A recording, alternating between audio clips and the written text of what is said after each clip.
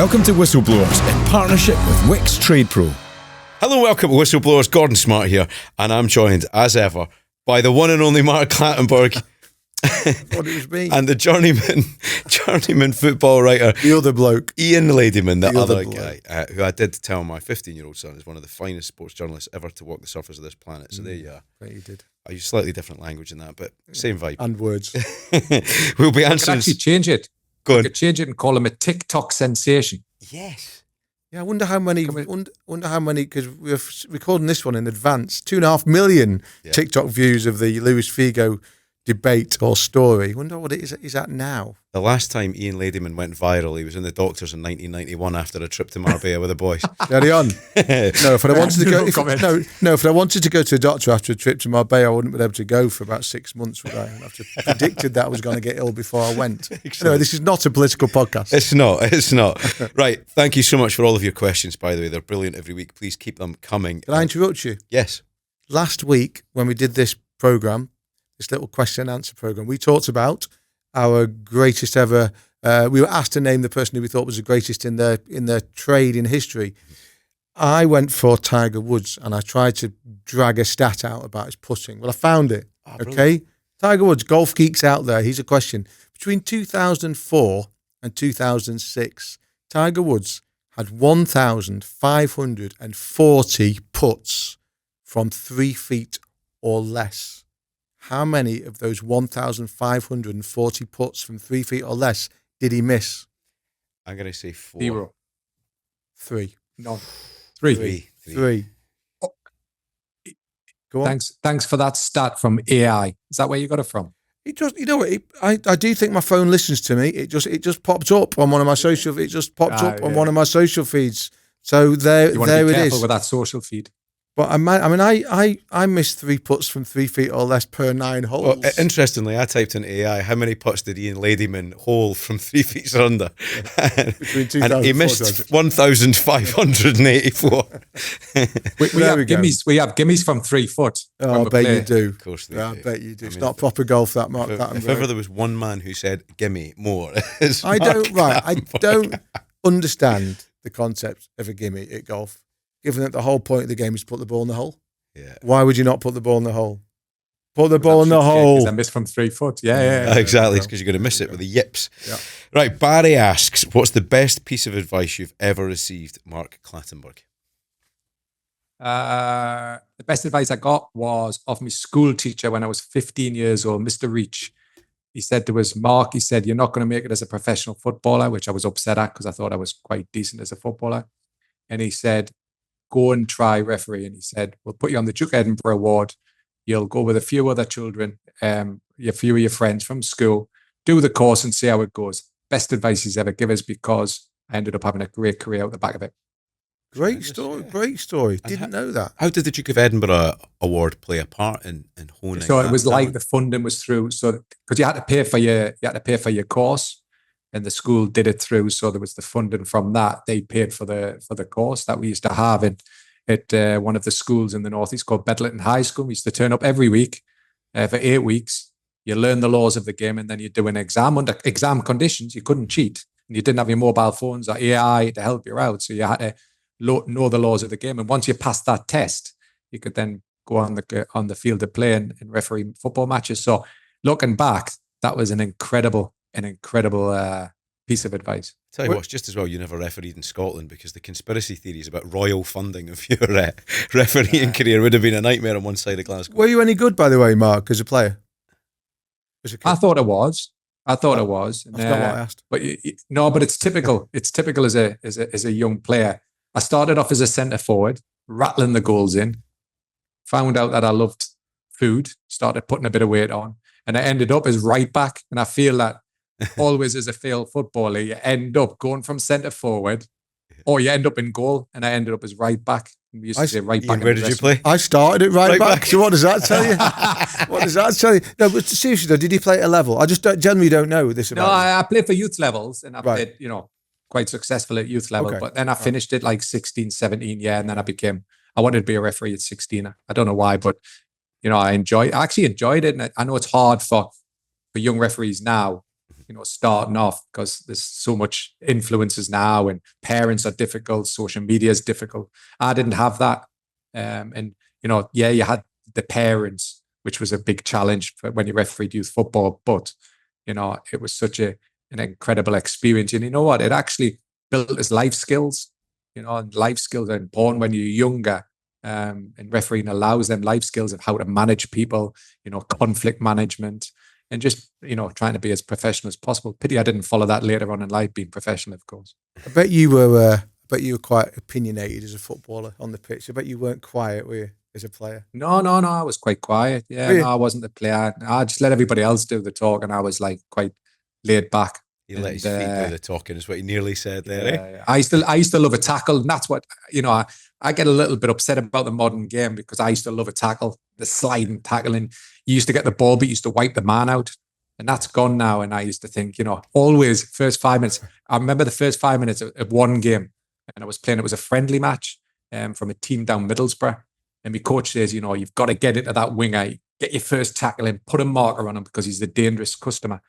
So within the ball kicked off, the ball came up a height, and I didn't even get a tackle in. He put his elbow straight into my face, knocked us out. My nose is over here, and I thought to myself, he got the first marker on me, and he didn't even get a red card. I couldn't believe it.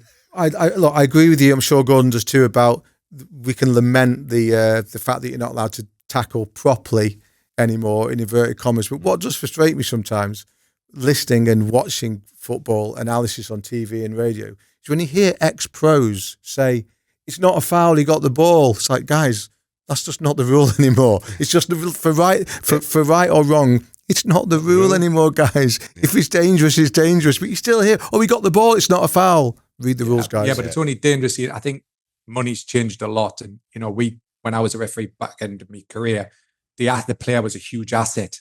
Players now move for huge sums of money.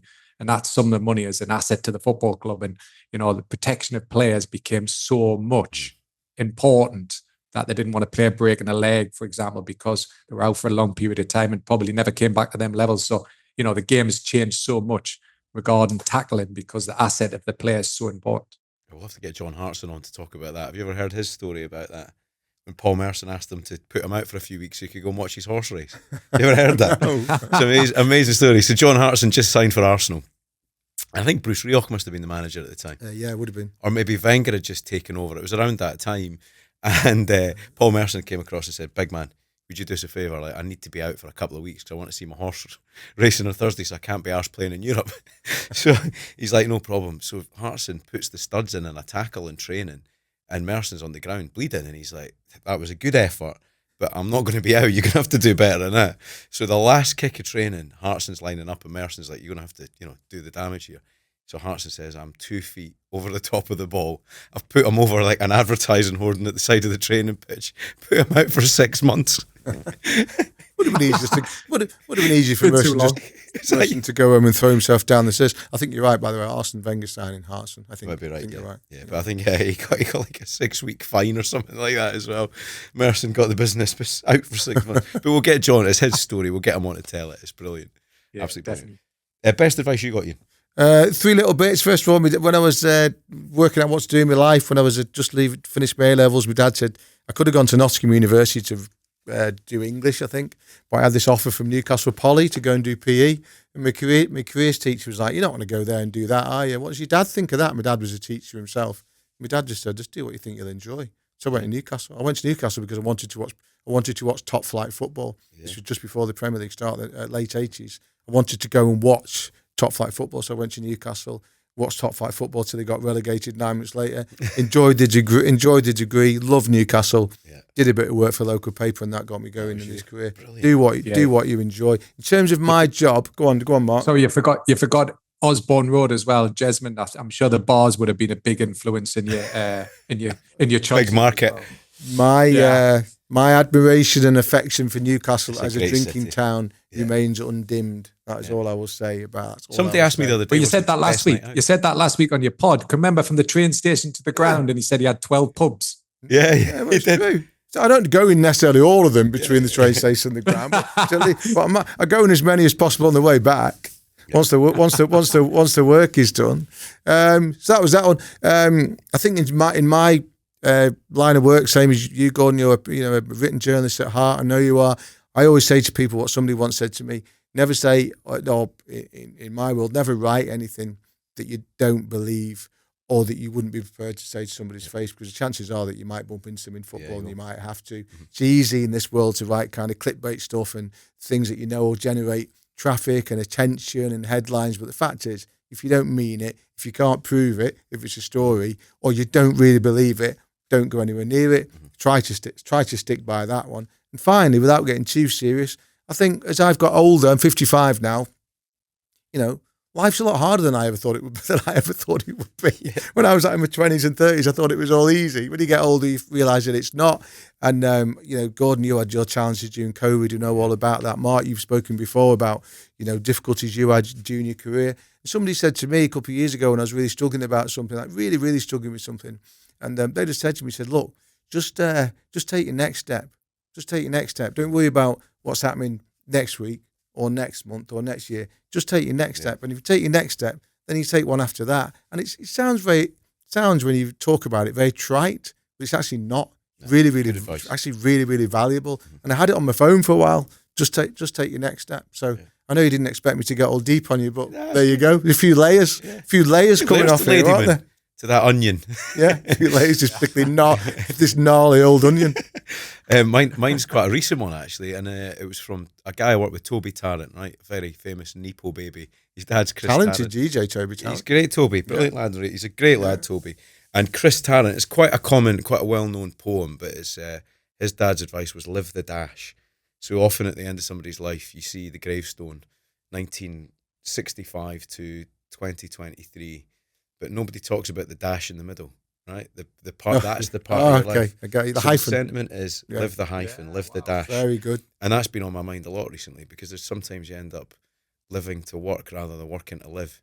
You've got to live the dash. Live the dash. I love that one. Wow, that's good, isn't it? That's incredible, lad. Because you never think, do you, that dash is... That's the big bit, not the dates at the beginning. That sticks with me now. While you're sitting here now, staring at me and looking at him on the big screen, do you feel like you're living the dash right now? I mean, the dash has never been more wiggly. It's not so much a dash. And I think you win that round. I think you win that round of questions. Live the dash. Live the dash. Boys, live the dash. I'm going to remind that. LTD. I'm going to have that now as my motto. There's a great poem about living the dash, which I'll send to you as well. But let's have that. Again, don't want to get too highbrow here. Right, Tori asks, should footballers be role models, or is that an unfair expectation? Ian Ladyman. I think they should. To a degree. I don't think we should ever expect any young man, any young woman to be perfect, because we aren't, and who is? So I think you can't pretend that people don't have personalities. You can't pretend that people don't have foibles. You can't believe that sports people don't have weaknesses and don't succumb to temptations and all the things that the rest of us do. Why would we? It's unrealistic. However, I do think that the impact that sports people have on the people who watch them can be profound.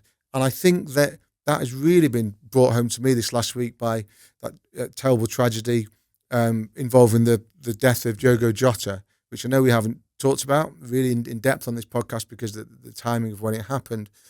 But it has made me think about that.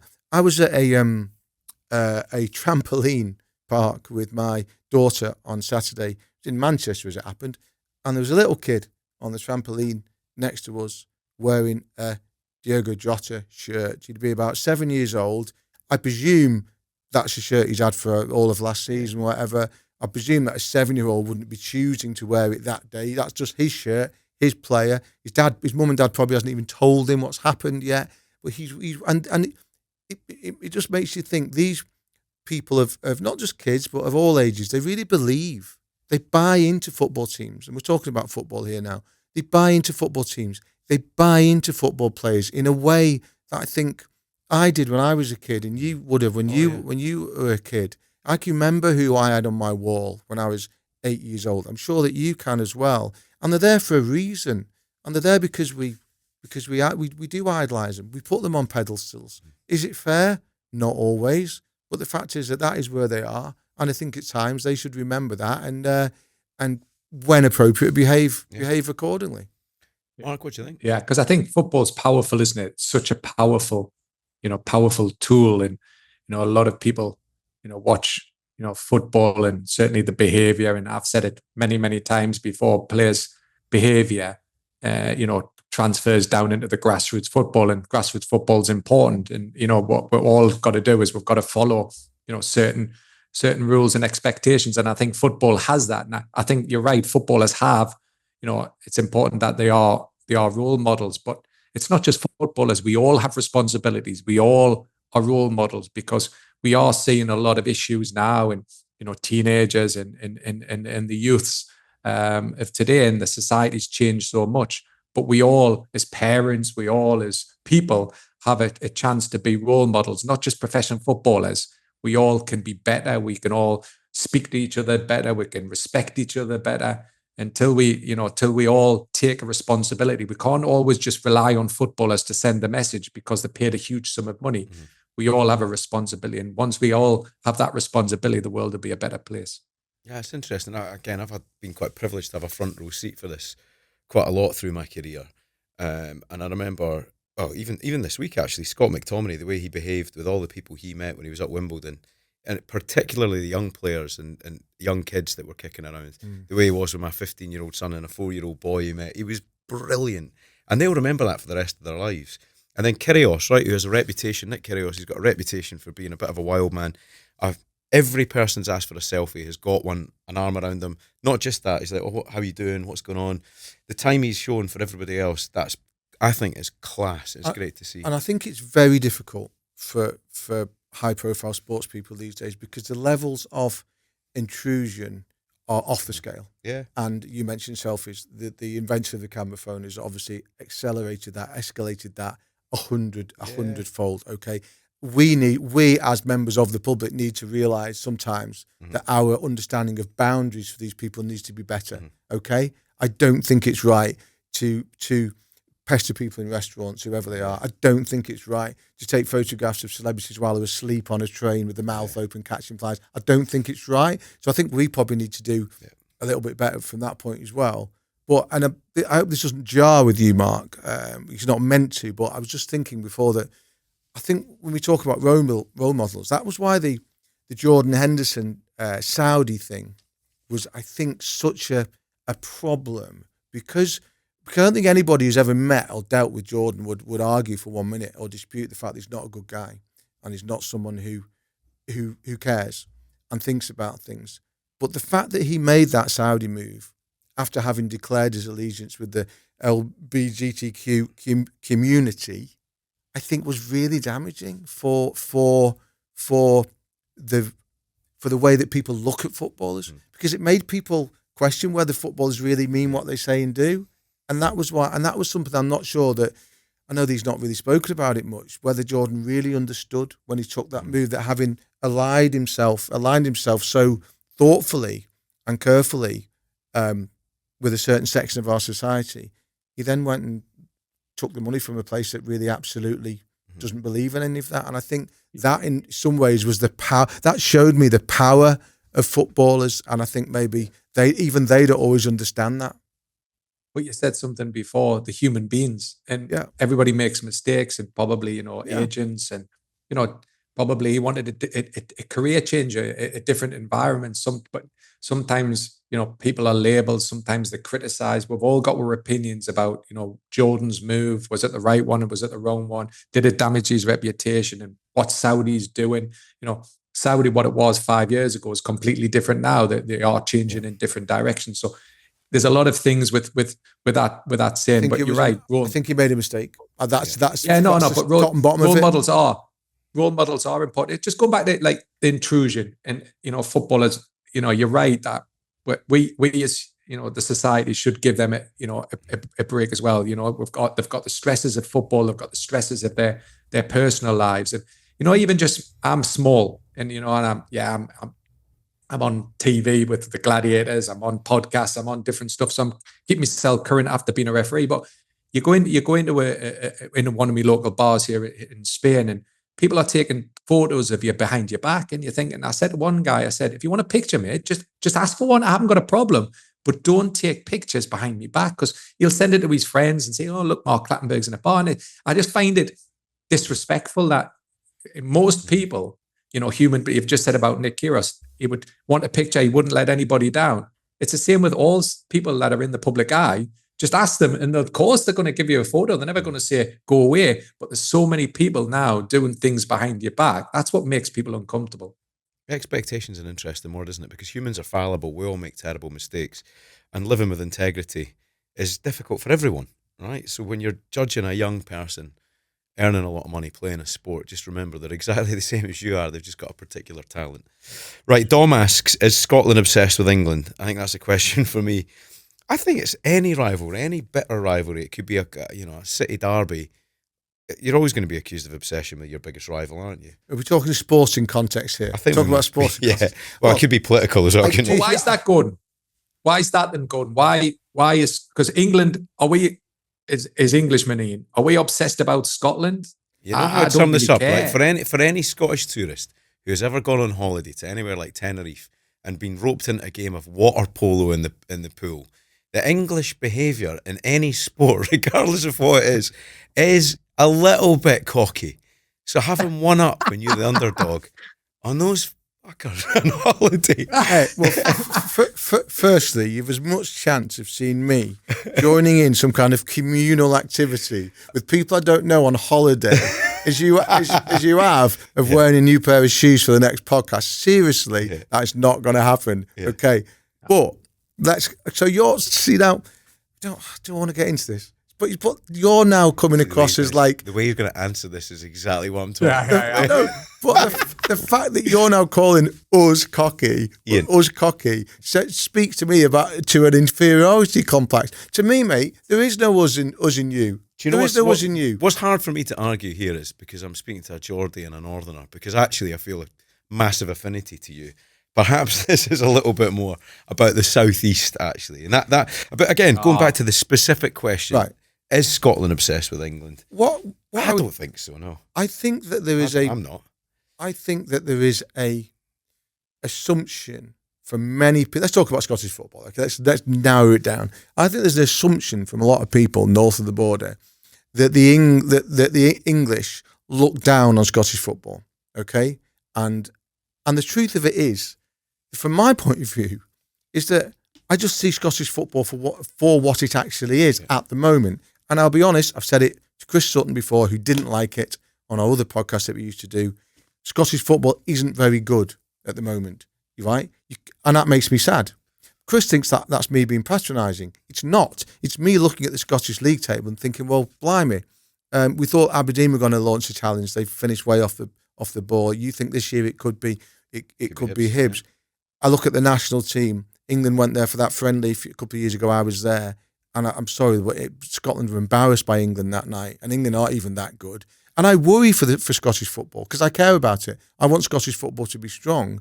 But people in Scotland interpret my attitude as, oh, that's English arrogance, talking down at us. I would argue that, and I'm just assessing what I see. I would argue that English football is not very good at the moment. And I stick with me on this. The style of football that is now being generated isn't a great spectacle, and it has been better.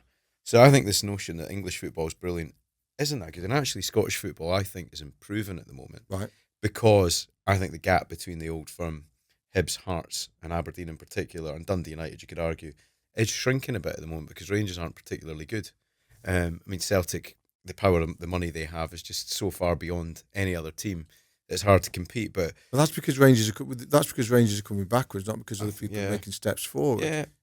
But I don't think Scotland's obsessed with England. I just think the rivalry is so perfectly pitched that it's quite an entertaining one. But I'm not obsessed. A friend of mine who worked. Just a quick question on that then. Sorry, guys. If we've got no obsession, do you think that Scottish teams will ever play in the English leagues? Bearing in mind we've seen it in Wales and in certainly even Wales, for example, with Swansea, Cardiff playing in the English league. Do you ever think Scottish teams will ever play in English? Well, only, and this is not me being facetious, only if they were happy to start in the Football League. Yeah. The notion of Rangers and Celtic playing in the Premier League, no matter how attractive it might be to some people, will never happen because the Premier League's member clubs have got to vote for it. Yeah. So why on earth are Crystal Palace and Brighton and Brentford, etc., going to vote for to welcome these two enormous football clubs into their league and threaten their place in that league. So that can't happen and won't happen.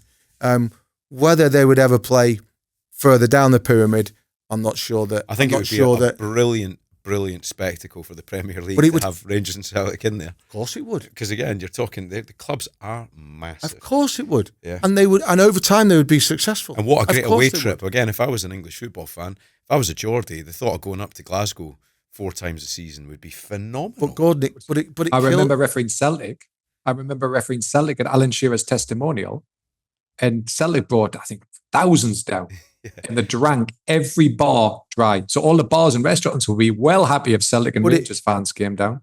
But it kills Scottish football. I don't think it does because Does it not? No, because I think there would be a way where you kept the domestic club competition, so cup competition. So you'd have the Scottish Cup, which they would still play in potentially, Right. or could you revitalise the League Cup, which has kind of lost its gloss, hasn't it? Yeah. So is there not a British competition to be played rather than which would keep everybody involved? Sorry, and would you what? Would, And also then the I think that's a competition in great the idea. Scottish League. I mean, Hibs, Hearts, Aberdeen, Dundee United, even for argument's sake, Kilmarnock, Motherwell, all battling to win. The but who's league going would to? improve the competition? The broadcasters aren't going to pay to cover that. I think they are. Really? Well, I Hibs think and the Hearts League are Cup's a getting great option. Yeah, you're getting I 25, think the League 30,000. Cup would be a great option. But what my point to Gordon here, Mark, is that if you have a Scottish league without the old firm, then who's going to pay to cover it which broadcaster is going to pay to have the rights for it? The Scottish TV no money deal, in it at the moment. the Scottish TV deal at the moment is so small compared to the English Premier League. It's painfully small. It's embarrassing in many ways. Take the old firm out of it, there isn't. I don't think there's a deal left. I And then think there's no there is. money in the Scottish game. It'll almost become semi-professional. No, it wouldn't. Of course know? not. Well, the attendances would be brilliant. No, you've got the Edinburgh Really? sides. You've got Aberdeen. Aberdeen, I mean, Hibs and Hearts regularly have 20,000. Yeah. Aberdeen as well. Motherwell have got a big Well, stadium. okay, but no, I'm listening. So the attendances, I think, when you're actually competing for silverware regularly, and there is some jeopardy in the league, I think that would, and the competition is, so many of those teams could win the league potentially. I'm playing devil's advocate to a degree, but it then becomes the Finnish. It's like the Finnish league or it's the Icelandic league. It's just a tiny league, It's just a tiny league that, and I'm Listen, I'm not poking you, but it would become a tiny league that no one else outside of Scotland would care about. It would. That's another subject. Ian. But what I do like the idea, if I'm Gordon's honest, bristling. is we all look for change. You know, we're talking about other sports. But I love the idea of the League Cup. And I think if they're allowed the teams in from Scotland, I think TV companies would be embracing it because the League Cup has been, certainly in the earlier rounds, isn't, you know, and some of the smaller clubs, imagine a championship club playing Celtic or Rangers Or at home. Hibs going to And the Millwall revenue it is would bring. Yeah, I'm all for that. all those. I mean, again, the thought of a Motherwell or a Dundee United or a Dundee travelling down to play Sheffield Wednesday. That's a fascinating tie, Yeah. isn't it? Suddenly, Yeah. So, I would love there to be an answer to the Scottish football conundrum. I would love there to be an answer. Yeah. Because I do care about it, but I don't know what the answer is. Right. I haven't got it. Will asks, who's the best football pundit or commentator right now? Mark Clattenburg. Myself on Amazon. No. John Champion. No, I work with John, and you know, I've seen Martin Tyler, for example, when I was coming through the Premier League, and you know, his famous iconic moment with Aguero, and the way, you know, he used to commentate matches, and he was always really good with me when I was a referee as well, and he would listen, and I would listen to him, and we could, as referees and commentators, integrate, which was good. But you know, the modern day, I love listening to John Champion. It's like quite an iconic voice in me ear. So modern day, it's certainly John, and I work with him, and he's such a great guy as well. Ian. I was listening to Martin Tyler on a podcast recently, and I actually didn't know that he was a quite talented footballer himself, Martin, and had to actually be persuaded to give up his dreams of being a professional footballer. I think he was a striker to go and work in broadcasting. I'll keep it very, very brief. Radio, big John Muddy of Five Live, Five Live's lead commentator. What a voice! What an authority! What a sense of timing! And what a bloody nice guy Big John is. Love John to bits. I think he's top of his field from a radio point of view. Gary Neville, as an analyst, Gary and I have had our exchanges of views over the time. Most recently in the press room at Leicester, around about Christmas time last season. But I think Gary's real. He's real, and because of that, I think he has some integrity. Can't even say it, and he makes me listen. And I learn things, and I think that's what you need from an analyst. And one quick shout out to ITV's lead commentator and TalkSport's big name, Sam Matterface. Know Sam a little bit. He lives near me. He gets so much grief on social media just because he's not Clive Tilsley. And I think the way that Sam dealt with some of the abuse that came his way just because he had the temerity to take over from Clive as ITV's England man, the way he dealt with that, i.e. by saying nothing and getting on with it in a way that other people may have chosen to do but didn't, I thought was fabulous. I think Sam Matterface is a talented broadcaster if people would give him a chance. Excellent stuff. I have to agree with you. John Murray, I've had the privilege of working with John. He is world class, so good. And again, all those boys at 5 Live. I worked with Alistair Bruce Ball doing the Scotland-Norway game. AB squared. Outstanding. Working with Pat Nevin was a joy for me as well because I've always loved him as a player. And again, having the chance to do that at 5 Live with those voices, Conor McNamara, again, all those boys, really, really good. Ali McCoist has to get a special mention for me just because of his enthusiasm. Ali could commentate on somebody's shopping and I'd be entertained by it. He's outstanding. But I'm going to give Nick Kyrgios a special mention because he goes against the grain in much the way Mark Clattenburg might.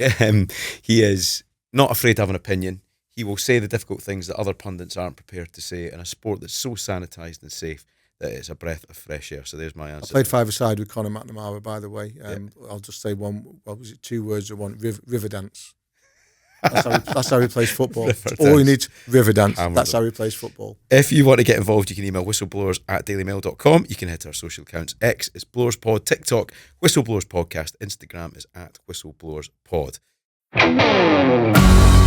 Right, we have to continue with our DIY assembly because our sponsors Wix and the Trade Pro Challenge arrives at this point in the podcast every week. Right, so for anybody watching or listening for the first time, we've been asked to put this table together. It's been a shared and combined operation between 3 people. Clattenburg, Lewis was involved as well, wasn't he? Lewis Steele was involved, Lewis Steele. Our Merseyside guy. But Ian Ladyman's done the brunt of the work here, which is often said about him in the male sports room. Heavy lifting. 4 stools. Ian made a start on the table last week, so Ian, you're going to have to get the drill out once more. I think we need to bore some holes this time. I can bore anybody. Right, so he's going to get unplugged. Give me 10 minutes. And he's going to... Here we go. He can bore. Yeah. Anybody who's... Slow getting that, aren't we? Chris... Right. Chris, as Chris Sutton once said... I haven't had anything as big as this in my hand for a while. Okay, you ready, guys? Here we go. Go on. Should I adopt a workmanlike pose? Yeah, I think you need to look a little bit more masculine here if you can. Ian. Thank you very much for that, Ian. You've done a great job there. Right, it's time to continue with our all-time 11s. Now, to recap, Mark opted for a 4-4-2 formation, traditionalist. He's got Peter Schmeichel in goal, Kyle Walker at right back, Vincent Kompany and Pepe as his centre halves, Maldini on the left side of defence, then moving into midfield, Figo on the right. The source of 2.5 million views on TikTok and Ian Ladyman's punditry. Ian, in a kind of modern, forward-thinking formation, has gone for a 4-2-3-1. Gianluigi Buffon between the sticks. Phil Neal's at right back. A blend of Manchester United and Liverpool at centre back. He's gone for Nemanja Vidic and Alan Hansen. Ashley Cole at left back. And his first midfielder in a holding role, Sergio Busquets. I've gone 4-4-2. Neville Southall in goal. Cafu at right back, the AC Milan combo of Paolo Maldini and Franco Baresi at the heart of defence, Andy Robertson at left back, and then I've got David Beckham as my choice in the right in midfield. So the response to this has been quite interesting so far. And Jane's also looking ahead here. She says, Ian or Gordon, one of them is definitely picking Graeme Souness. I don't know. Tommy says, Mark's team's shaping up the best so far, aside from his dodgy centre-back options. Tommy, I take offence. How can you disagree with Neville Southall in goals? Sean says you can't have an all-time 11 without George Best at right midfield. But I don't know, Ian, would you ever... I would never have seen George Best as a right midfielder. I know he played in a 7, but he played too far forward to be a right midfielder, didn't he? I mean, in the modern game, I think I'd play George as a 10. 10, yeah. I know that's a temptation to play your best player at 10, but he'd be perfect, wouldn't he? He'd be perfect in that position. Yeah. Right, so the next selection then, we're going to go for our first... I mean, I don't know where you are in your inverted Christmas tree, upside down, mirrored false nine bullshit. Who have you gone for? It's so difficult, right? It's so difficult. I was thinking about it on the train this morning. It's impossible to do this without leaving out. We are going to leave out some of the greatest players that the world has ever seen, and you might think, well, just put them in your team, but you can't. Okay, you can't put them in your team. So, and you know what? I'm stalling because I still can't make my mind up. Commit. Between Roy Keane and Graeme Souness for this role alongside Busquets, but with the freedom to go and play. It's so difficult. And I'm gonna go for Keane. I'm gonna go for Keane. And I'm just gonna go for Keane. It's like tossing a coin, the Keane Souness thing. I'm going to go for Keane. There you are, Jane. I'm going to go for Keane. Is that just because Jane said one of you is going to pick Graeme Souness? No, I'm going to go for Roy Keane. I'm just going to he's my pick. I've got it in my head now the way this team's gonna look, and Keane is in it. I'm talking about the Keane that came from Nottingham Forest to Manchester United. The Keane could bomb on as well. Exactly. That's it. Before the knee injuries. Yeah. Before the passage of time, before the ravages to his body that football brings to all the great players. He was, you just said it there, bomb on, a central midfield player who'd get forward, arrive late in the box and score goals. Great leader, great captain. Don't know if he's a captain of this team. I haven't decided that yet. Great leader, incredibly athletic, could do all the dirty stuff if he had to, but he was Darren Fletcher, I know you know well, Darren Fletcher of Manchester United fame, once said to me, the one most underrated aspect of Roy Keane's game, he said he had one of the best first touches I've ever seen. People talk about Keane as a warrior, a tackler, a leader, technically fabulous footballer. Sorry, Graeme, Roy Keane gets the. I spent too long thinking about this, but wouldn't you have loved to have seen Roy Keane play against Graeme Souness? Could you imagine that? For the 5 minutes before one of them was carried off, especially under old rules. Going back to what we talked about as a referee. Imagine refereeing. Yeah, how long would they have lasted? Give us a Keane story, Mark. You must have a Roy Keane story. Oh, I've got a Roy Keane story. Yes, I was in Qatar. I was working for an American broadcast, and I was out for a run for the World Cup, and ended up bumping in. As I come around the corner, Gary Neville and Ian Wright came around the corner as well, and I thought, oh, hi, how are you, boys? You know, I knew they worked for the English broadcasting companies, and we said hello, and Roy Keane was there, and he stood back, and I said, hi, Roy, and I went to put my hand out to shake his hand. He refused to shake my hand, and I said, why are you not shaking my hand? And it was because I wrote something in my book about him, and I thought, how pathetic, you're a hard man and you don't want to shake somebody's hand because I wrote something about you in my book. I thought it was a bit pathetic. Well, he's written a few things in his book right enough, hasn't he? Very good point. Well, go on then. What was it? No, I can't remember now. But I always respect. No, but I get that. I get why. You know, Roy Keane. People will say Roy Keane is a midfielder, and I had the luxury to referee him in my younger days. And what a player!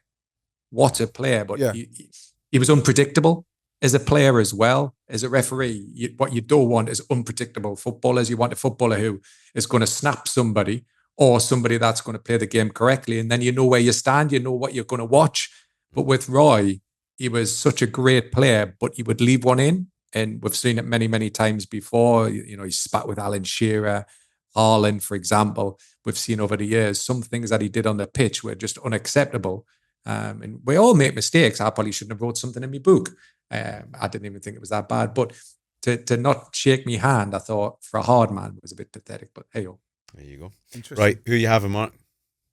So it's not Roy Keane. It's certainly not Gary Neville for what he said about his last year. It will be Patrick Vieira. I want a midfielder who is going to give us a bit of steel. He's going to give us a bit of presence, because I want one of these type of players, because I'm going to then, my next midfielder, even though we'll reveal it in a few weeks, is going to be a more ball player. I don't want two ball players in my midfield. I want somebody who's got a bit of steel about him. Patrick Vieira did that. The way he stood up to Roy Keane in the tunnel in that famous Arsenal-Manchester United game.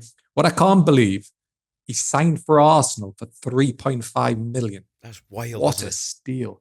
3.5 million. Won 3 Premier League titles, 4 FA Cups with Arsenal. He won 4 Serie A titles with Inter.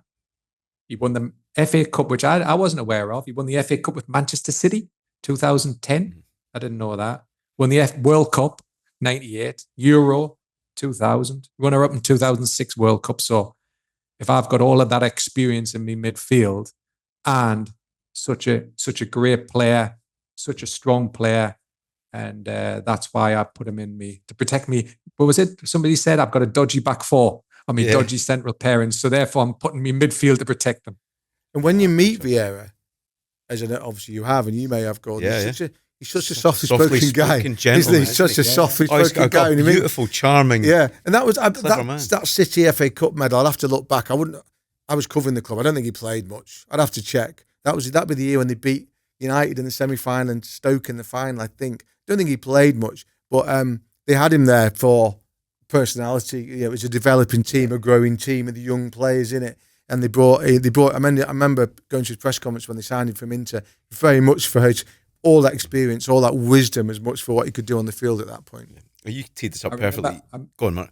I remember watching a game, and he was playing against Newcastle for Arsenal, and I was just a young guy, and I was in a bar, and we're all talking about the match. We all had black and white tops on, and as you do, you're bantering on, and they were saying, "Oh, what's the score?" I said, "Arsenal win this. They're too strong," And I said, "Look, I fancy Patrick Vieira to get the first goal." Just as a bit of banter with the lads, and all my lads, they were like, "What price is it?" And I went 50 to 1. So they've all put a few wedges on it. He absolutely scored an absolute screamer in the top corner. I was like a hero. What a prediction that was, Patrick Vieira, because he didn't score many, did he? Didn't. No. I'm just looking at that team. So 2011 FA Cup final. We're talking about. We're talking about. He was on the bench. He came on in the 92nd minute. So there you go. Did a good solid 2 minutes to earn his FA Cup winners medal that year. I won't cover the same ground as Ian because you framed this perfectly about how many brilliant players you're going to have to leave out. And I've been in a real mess with this, Iniesta, Zidane. I go for a Scottish person because that's where I come from. And, when Scott Brown played for Hibs in centre midfield, similar to Roy Keane, the way he used to get forward and score important goals, and what a leader, what a fighter, what a player, what a captain for Celtic as well, and brilliant for Scotland. But I'm going to have to go route one and just go for a really obvious choice, and it's Zidane I'm going to pick as my first midfielder, purely because seeing him in the flesh, his physicality I think was overlooked. The strength he had on the ball, people just bounce off him. But also if you got too close to him, you just roll his hips and disappear in the other direction. His touch, his feet. But for that goal at Hampden alone, when he hit it on the volley, Madrid, dropping out the sky for Madrid, I mean, that is glorious. 2001? Champions League final. 2001. I think. And the way that for me is a bit of technique that I'd like every young footballer to watch and say, see when you can take the ball out of the air like that, with that technique, getting over the top of it, striking it so beautifully, scoring goals, great in the air, brilliant with his feet, granite in the tackle, and hard as nails. So yeah, Zidane's my pick. I always remember that World Cup final when a player abused his mother, and he just got bump. Whoa. Like, no messing, just headbutt him, get sent off, but he just walked off. He didn't argue, he just walked straight off. 2002 Champions League final, probably the best Champions League final goal until the Gareth Bale one against Liverpool, almost from Madrid in Kiev. Don't worry, by the way, I've got Scott coming. There's a Scott in my team. Excellent. I think given your allegiances to Liverpool so far. Don't know what you're talking about. Now that I've said it, I'm going to have to stick with it. I haven't worked out how I'm getting him in yet, but he'll be in there. Good. Well, do you disagree? Do you agree? We would love to hear from you. Please do get in touch with us, because this works brilliantly when you get involved with us on all of our socials. As a reminder for you, on X, Blowers Pod, TikTok, Whistleblowers Podcast, Instagram, Whistleblowers Pod, and email us, whistleblowers@dailymail.com. Right, we'll be back on Thursday for the next instalment of Whistleblowers. Until then, don't forget to follow us on those socials I just mentioned. Mark, just to close things I haven't off. finished. Have you not? We haven't mentioned your shirt. How can we sit here and not mention this? You've seen the shirt, Mark. Yeah. What is it? I can't make it out. Which team? For those who are listening, not watching, if you think Plymouth Argyle with a twist, go on, Gordon, take it away. It's a beautiful football shirt. One of my favourite cities on the planet, Austin FC from the MLS. What an amazing city, by the way. Green and black stripes. Green and black. So there's a little bit of Hibs in it for me. And Matthew McConaughey is one of the owners of the club. Went to see them. It was a capacity crowd. And it was one of those games I watched and thought, that's a brilliant strip, great atmosphere, amazing city. think I said to you the other week, then I walked into a pub and ZZ Top were playing. It's an amazing city. Do we know the significance of the tree on the badge or not? Or should we look that up for next week? I think it's They're a new franchise going, yeah? I think they've only been in the MLS for a few years, haven't they? They're pretty, and also the sponsor of the strip, Yeti, is just for you. Good kit, and it's run by a Scottish guy. And the good thing about buying a football kit when you're a man of middle age is that it really motivates you to be able to get in it as the years roll by. 45 years old, and I'm not stretching. And you're in it, mate. You obviously bought an oversized. I've not been the healthiest in the last 2 weeks. Mate, you're rocking it. No, you carried it off, mate. And actually, today felt like a day to wear a football strip. We should encourage you. You're going to get in so much bother if you wear a strip. I'm just wearing my Wigan Warriors kit next week. Mark's got to have. Well, we've got his Foot Locker kit. I'm the only one who hasn't. Is that not the Gladiators? Is that not me Gladiators toffin? It looks like it. Actually. I can bring my Wigan Warriors kit in. It's got my name on the back, but we'll talk about that another time. That's all from Whistleblowers this week. Mark, all that remains is for you to do is to blow the full-time whistle.